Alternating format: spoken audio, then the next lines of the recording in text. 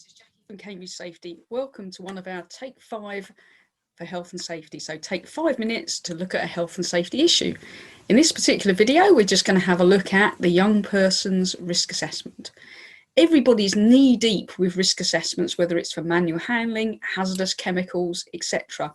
But as a requirement of the management of health and safety at work regulations, if we've got some young people, which is anyone under the age of 18, then we also need to make sure that we've done a suitable and sufficient risk assessment that considers them, because there might be some hazards that present a greater risk because of their physical and psychological maturity. So let's have a look in this short video at the sort of things that we need to consider. So young people risk assessment, you're going to be doing them if you've got an employee who's under the age of 18, and that's the person that we would call a young person. Equally, you might have either an employee or a work experience student or someone on work experience, etc., who's under the age of 16. So the under 16s we would tend to call children, the under 18s we call young people. So if you've got any of these in your workplace, then you're going to be doing a separate risk assessment to consider the hazards and risks to them. So we have a general duty to ensure that everybody is not exposed to risks to their health and safety. For a young person, it's due to perhaps their lack of experience might increase the risk to them, due to them being unaware of existing or potential hazards or risks. So we might know about some of the issues of moving machinery, forklift trucks, noise, but a young person wouldn't necessarily. Equally, their lack of maturity, it could be their physical maturity because their body isn't fully developed, so they could be at greater risk of musculoskeletal issues, but it could be due to their psychological maturity or immaturity as well.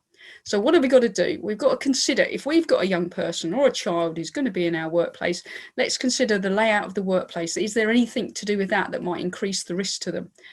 The physical, biological and chemical agents they'll be exposed to. So is there noise, vibration, live electricity, biological agents, chemicals, etc., which are all hazards which could present a greater risk to a young person.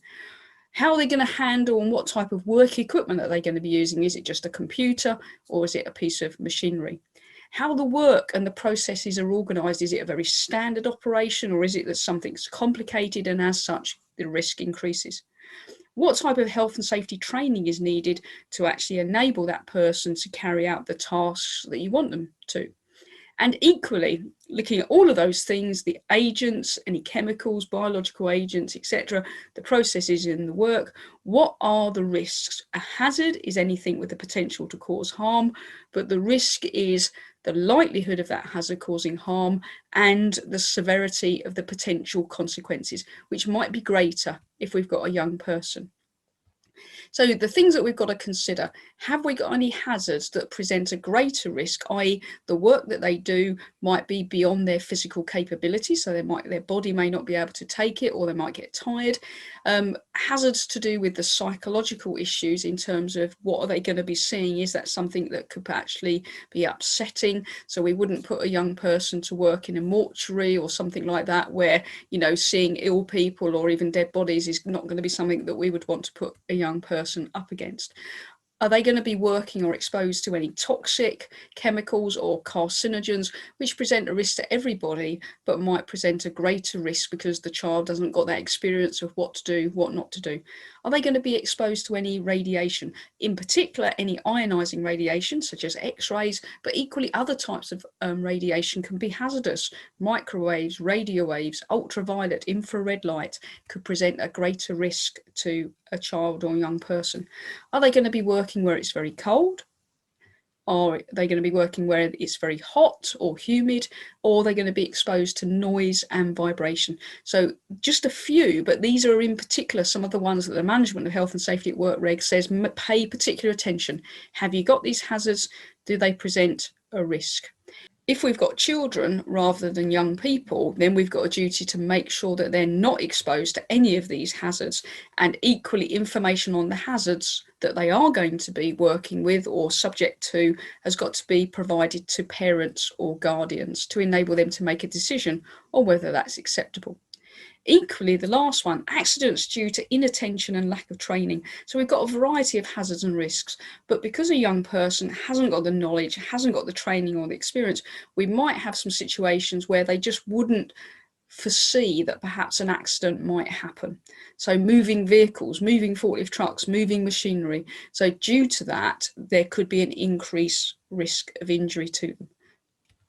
We've got a variety of hazards and risks, which the regulations make us consider. However, sometimes a young person may be able to carry out work which involves those risks if the work is necessary for their training, if the work is properly supervised by a competent person, and we mean properly supervised, not go over and do that and then leave them to it, so proper one-to-one supervision, and the steps that we've already taken are reducing the risk to the lowest level as far as is reasonably practicable. The higher the risk, the more we're doing, the lower the risk, less.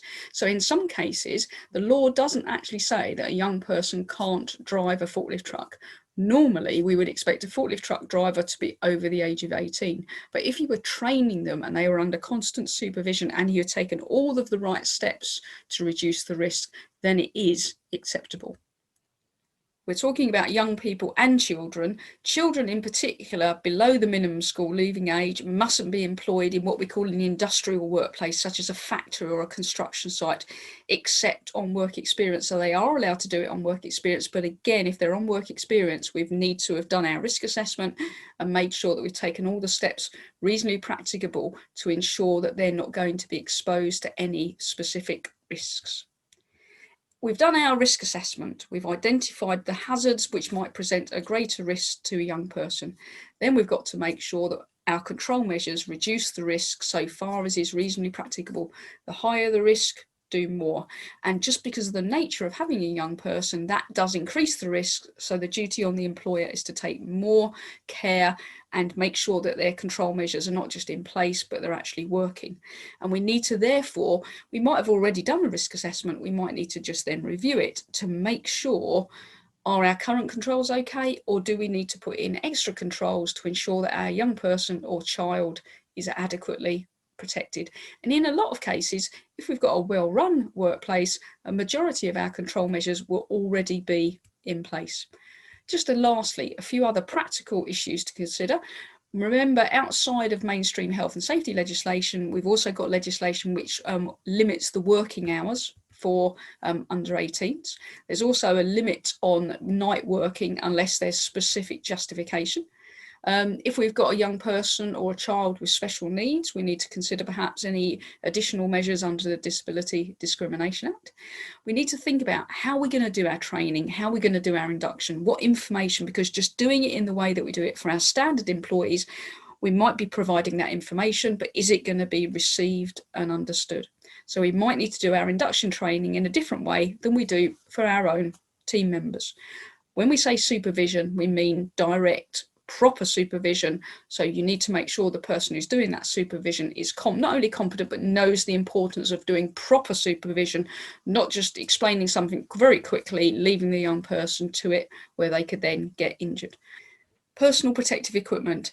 We may find that our normal adult sizes of personal protective equipment is not adequate, so we may need to consider that, making sure we've got smaller versions. Being quite small myself, I do actually sometimes need to buy young person's PPE myself just to make sure it fits.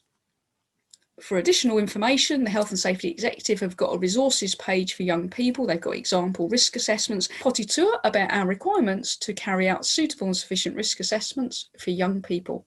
This is Jackie Cambridge from Cambridge Safety. Thanks for watching.